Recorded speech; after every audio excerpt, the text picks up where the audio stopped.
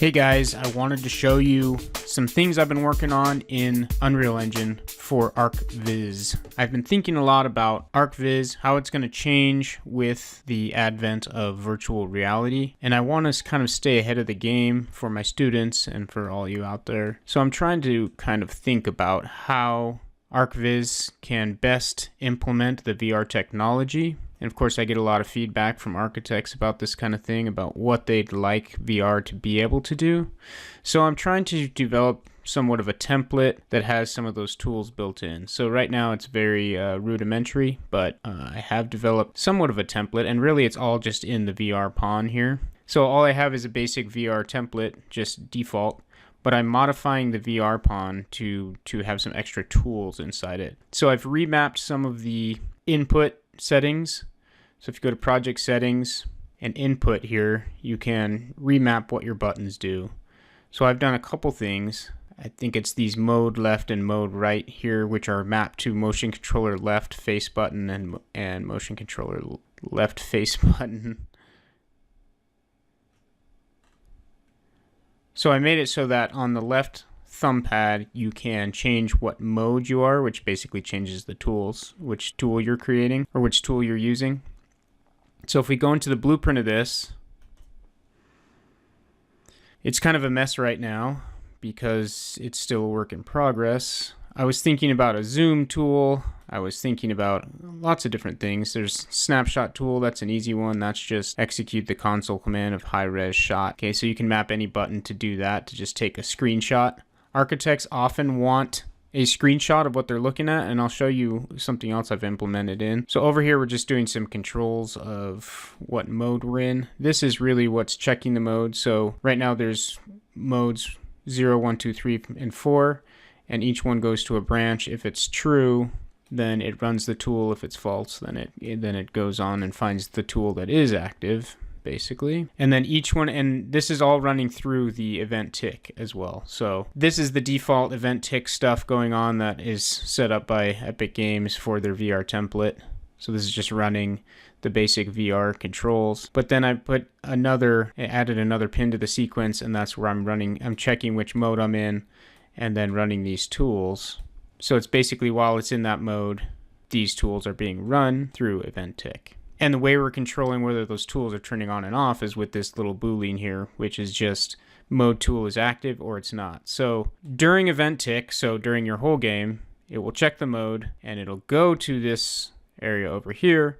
And if mode tool is in fact active, then it will run that for every tick of your game right there, that tool. So I put in, you can see a laser pointer here. Let's look at the different modes I've got going on here. There's the mode array, and I have interact, measure, redline, pointer, and hover. Hover I haven't actually developed any code for yet, but I want to be able to, if you're standing in a tall room, kind of zoom into something up above you or kind of levitate up to it so you can look at things up on the ceiling too. Because what I'm finding is architects want to use this to be able to do design development, meaning they want to be able to get into their project while it's still in the design phase and examine everything and comment on everything and change things and really use it as a development tool. So that's cool. It's not just a kind of marketing tool or a visualization tool, but also a design development tool. So that's where a lot of these tools come from. Feedback from architects who want to be able to get in there and make comments, do red lines, examine their building. Okay, so this is all kind of a mess in here, but that's the basics of how it was set up. So you change the tool. I have a button that when you click that button, it makes the mode tool active and it will run whichever tool you're set to for every tick of your game. And then let's just get in and see how some of this stuff works. And it's not all set up yet, but this will give you a good idea of what I'm trying to do. Okay, so you can see that I've set up some kind of rudimentary tools in here, like I said. And this is basic template stuff, just navigating around. Right now, if you look at my hand, it's in interact mode, which is the default mode for this template. So that's just picking up boxes and all that kind of thing.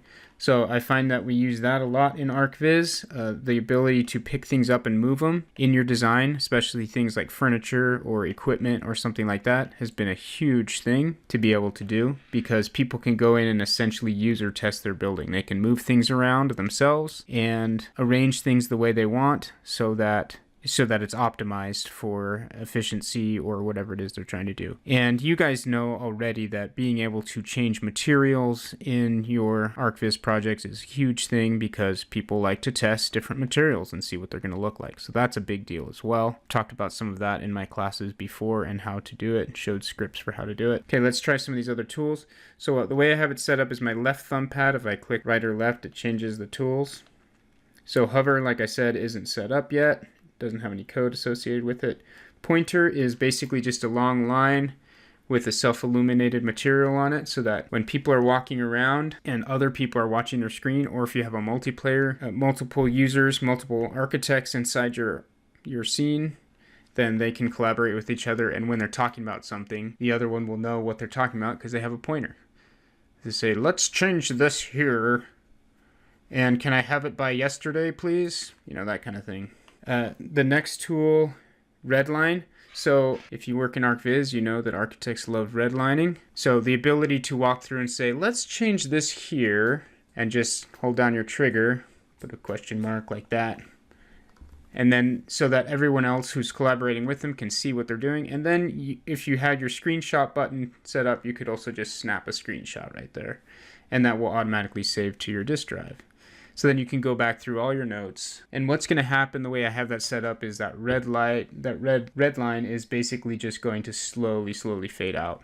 So the idea is you make some red lines, you snap a photo of it. So now you have kind of a history of the different changes and discussions you had while in the scene. Next tool is measure. So right now, this is just doing ray casting, and you can see it's got the debug line showing. So you'd need to set that up with something other than the debug line, because you can see it gets kind of messy. But it serves its purpose for demonstration here. What this does is you sign it on a surface, and then it takes something perpendicular from there and gives you a measurement. So 14.2 feet right there. And it'll go between any two surfaces. It's got a hit though. Okay, right there. 12 feet between those two boxes there. You can see from that point over to there. Okay, so that debug line isn't pretty. You'd set that up with a particle system or something, but that's how the measurement works. Just takes a perpendicular right off of there. And then you put it on your hand. And I'm seeing that putting it on your wrist doesn't really work that well because it's hard to see. You have to kind of put it out in front of you. Okay, but that's how the measuring would work. If there was a ceiling, it would measure up to the ceiling. That's really useful for architects because when they're in the design process, they want to get in and see what the dimensions are. Okay, and then we're back to interact. So I'd love to hear your guys' thoughts on this, what other ideas you have, how we can make this better. Obviously the UI, the user interface, really needs some work to be more intuitive and more clean and better. Right now I'm just working on the basic scripts for the tools.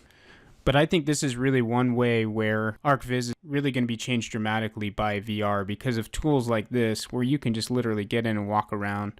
And instead of talking abstractly about changes we should make on the building or drawing red lines on a 2D plan, you can just get in there and say, oh, what's this? This looks wrong. Let's change that. So in the comments, I'd love to hear your guys' thoughts about this, what other tools could be developed, what you could do to make the UI better. One thing I don't like is that you change modes with the left hand, but you're doing all the tools with the right hand. That seems to be confusing to people. But I also want to be able to write the red lines with the right hand, or maybe it needs to be switched for people who are left-handed as well, so you could maybe switch it interactively. I don't know. But these are all things that need to be thought about, and I think it's important because if you've tried VR, you know that it is the most effective, by far, hands down, the most effective way to communicate your building to other people. It's more effective than a 2D rendering, regardless of photorealism.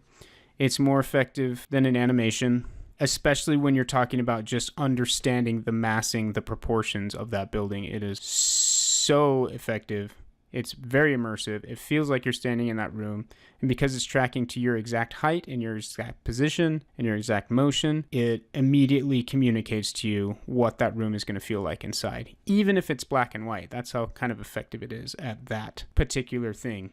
And that's a big deal. So we want to be able to have nice templates for this thing so that we can easily just import our models, have the tools we need to develop good architecture. So check out my classes if you want to learn more about doing VR and creating your own VR projects. And also feel free to leave comments and suggestions about what you'd like to see in a template like this, or maybe some work that you've been doing as far as developing templates and tools for Archviz in VR.